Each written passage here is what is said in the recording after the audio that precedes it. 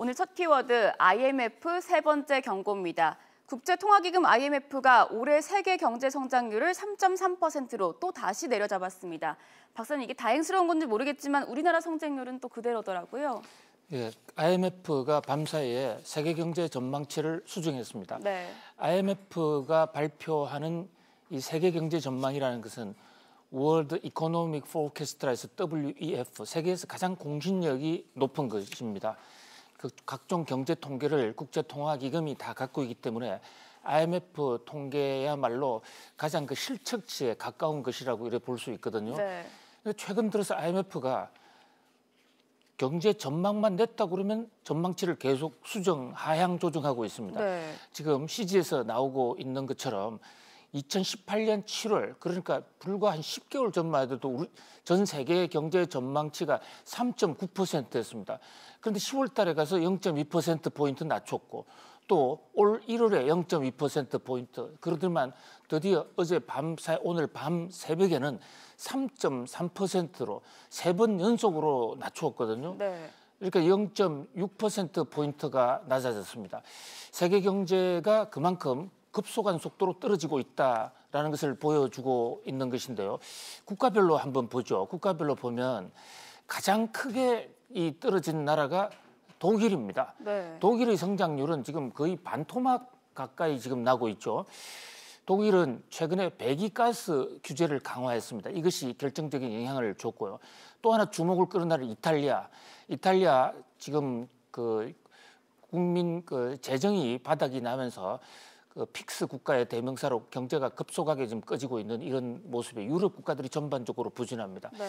그런데 반면에 중국은 6.2%에서 6.3%로 올랐네요. CG 막판에 있죠.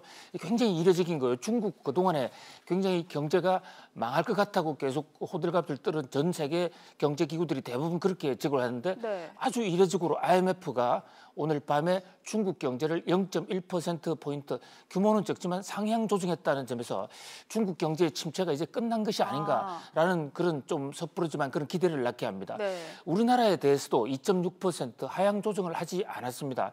IMF는 전반적으로 유럽과 미국은 좋지 않은 반면에 아시아는 좀 좋아질 것이다라는 이런 전망을 내놓았습니다.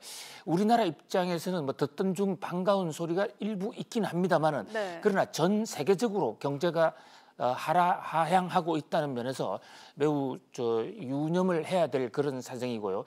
우리나라 이 성장률 2.6%하고 가지고 지금 말들이 많습니다.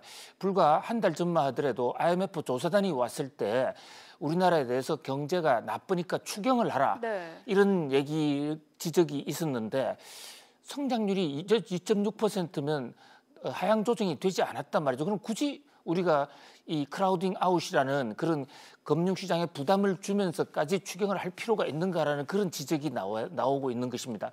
여기에 대해서 지금 좀 주장은 좀 엇갈려도 정부 일각에서는 우리가 추경을 한다는 조건으로 2.6% 전망을 한 것이다라고 지적하고 있습니다만은 네. 그러나 통상적으로 IMF는 가정을 전제로 해서 성장 전망치나 경제 지표를 바꾸고 있지 않습니다. 그런 면에서 본다면 일각에서 얘기하는 것대로 과연 2.6% 하에서 무리한 추경을 할 필요가 있느냐는 그런 논쟁이 제기가 될 수는 있을 것 같습니다. 아무튼 IMF는 세계 경제가 전반적으로 하향하고 있다. 이 대목에 대해서 각 경제 주체들도 경제 하강 국면에서 어떻게 살아남을 것인지, 어떻게 재도약을 할 것인가에 대한 전략이 필요한 시점으로 보입니다. 네, 세계 경제 성장률 하향 조정 소식 짚어봤습니다. 이어서 두 번째 키워드입니다.